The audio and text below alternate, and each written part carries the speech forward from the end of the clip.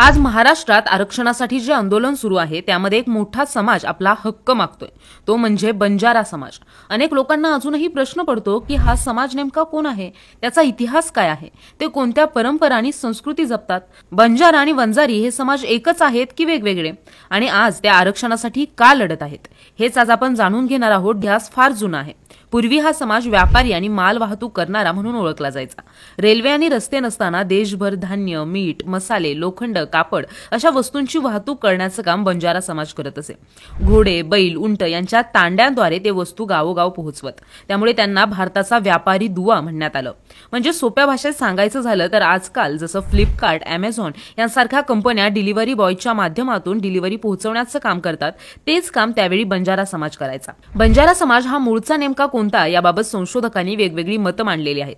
काहींचं असं म्हणणं आहे की हा समाज मूळचा राजस्थानचा आहे, तर काही जण म्हणतात हे मूळचे उत्तर भारताचे आहेत। त्यानंतर स्थलांतर करत करत बंजारे महाराष्ट्रात स्थायिक झाले आणि गावोगाव थंडा नावाच्या वस्त्या त्यांनी स्थापन केल्या, आणि त्या वस्त्यांचा प्रमुख नाईक असतो। बंजारा समाजाचं जीवन नेहमी प्रवासात गेलेलं आहे। जंगलातून, डोंगर दऱ्यातून, वाळवंटातून ते सतत फिरायचे, तात्पुरत्या झोपड्यांमध्ये राहायचे, त्यामुळे त्यांच्या राहणीमानात एक वेगळेपणा दिसून येतो। ते आजही राजस्थान, महाराष्ट्र, कर्नाटक, तेलंगणा, मध्य प्रदेश अशा अनेक ठिकाणी बंजारा समाजांची मोठी वस्ती आहे। त्यांच्या कलेत, गाण्यात, नृत्यात, पोशाखात एक विशेषता आहे जी इतर समाजांपेक्षा वेगळी दिसते। विवाह पद्धतीत नाते आणि गोत्राला हे जास्त महत्त्व देतात। बंजारा समाजाची एक स्वतःची भाषा आहे, ती म्हणजे गोरबोली किंवा त्याला लंबाडी असेही म्हणतात। महाराष्ट्रात तर ते सहज मराठीही बोलतात। शिवाय त्यांचा पोशाखही अनोखा आहे।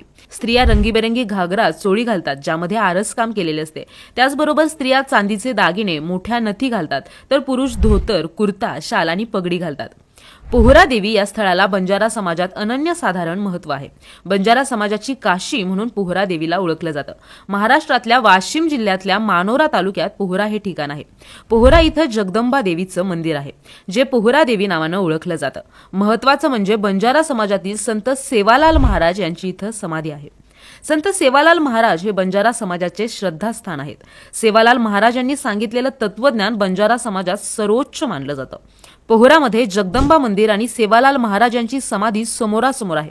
महत्त्वाच्या सर्व हिंदू सणांना पोहरामध्ये बंजारा समाजाचे लोक मोठ्या संख्येनं एकत्र येतात। परंतु ब्रिटिश सत्तेच्या काळात बंजारा समाजाला एक मोठा धक्का बसला।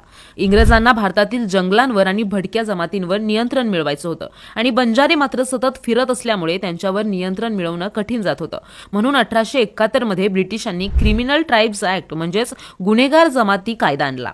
या कायद्याखाली बंजारा समाजासह अनेक भटक्या जमातींना जन्मजात गुन्हेगार ठरवण्यात आलं। कुठलाही गुन्हा न करताही त्यांना गुन्हेगार मानलं गेलं। प्रत्येक हालचालींवर पोलीस लक्ष ठेवायचे, कुठेही जाण्यासाठी परवानगी घ्यावी लागायची। त्यांच्या पारंपरिक व्यापारी व्यवसायाला याच्यामुळे मोठा फटका बसला। लोकांमध्ये अविश्वास पसरला आणि शिक्षण, नोकरी, साधं माणूस म्हणून जगण्याचा हक्क हिरावला गेला।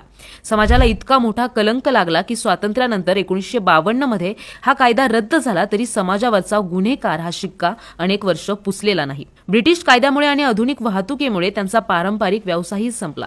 आज बहुतांश बंजारे शेती, मजुरी, लहान कामं किंवा सरकारी नोकरी करतात, तरीही समाज अजूनही आर्थिकदृष्ट्या मागासच आहे। लोकांना बंजारा आणि वंजारी समाज हे सारखेच वाटतात, पण यात खूप मोठा फरक आहे। वंजारी समाज महाराष्ट्रापुरताच मर्यादित आहे। शेतीशी निगडीत कामं तो करतो, ऊस तोडीसाठी स्थलांतर करतो, तर बंजारा समाज हा व्यापारी समाज आहे, जो संपूर्ण भारतभर पसरलेला आहे। त्यांच्या नावात साधर्म्य असलं तरी जीवनशैली, भाषा, पोशाख, देवदेवता यामध्ये त्यांचं खूप वेगळेपण आहे। शासनाच्या यादीत बंजारा समाज महाराष्ट्रात DTA म्हणजे विमुक्त जमातीत आहे, तर वंजारी समाज NTD प्रवर्गात आहे। केंद्र सरकारच्या यादीत मात्र दोघेही OBC मध्ये येतात। बंजारा समाज राज्याच्या प्रत्येक जिल्ह्यात असल्यामुळे त्यांचं मतबळ राजकीयदृष्ट्या महत्त्वाचं आहे। त्यांनी महाराष्ट्राला 2 मुख्यमंत्री दिलेले आहेत, वसंतराव नाईक आणि सुधाकरराव नाईक। तसेच राजेश राठोड, हरिभाऊ राठोड, संजय राठोड यासारखे अनेक नेते बंजारा समाजातून आलेले आहेत। स्थानिक स्वराज्य संस्थांमध्ये त्यांच्या वस्त्या आणि तांडे असल्यामुळे त्यांचं प्रतिनिधित्व मोठ्या प्रमाणावर दिसून येतं। महाराष्ट्र सरकारने त्यांना विमुक्त जाती आणि भटक्या जमाती या गटात टाकलेलं आहे। मात्र बंजारा समाजाचं म्हणणं आहे की त्यांचा इतिहास, संस्कृती, भटकं जीवन पाहता त्यांना अनुसूचित जमाती म्हणजे STचा दर्जा मिळाला हवा। काही राज्यांमध्ये बंजारांना आधीच ST दर्जा मिळालेला आहे, मग महाराष्ट्रात का नाही, हा त्यांचा मुख्य प्रश्न आहे। आज मराठवाडा, जालना, औरंगाबाद, लातूरसह अनेक ठिकाणी मोठ्या प्रमाणावर याबाबत आंदोलनं सुरू आहेत. मोर्चे, धरणे, उपोषण यातून समाजाचा आवाज सरकारपर्यंत पोहोचतो आहे. ब्रिटिशांच्या कायद्याने त्यांची ओळख कलंकित केली, पण आज ते शिक्षण, नोकरी आणि समान हक्कांसाठी लढत आहेत. तुम्हाला काय वाटतं, बंजारा समाजाला आरक्षण मिळेल का? हे आम्हाला कमेंट बॉक्समध्ये नक्की कळवा.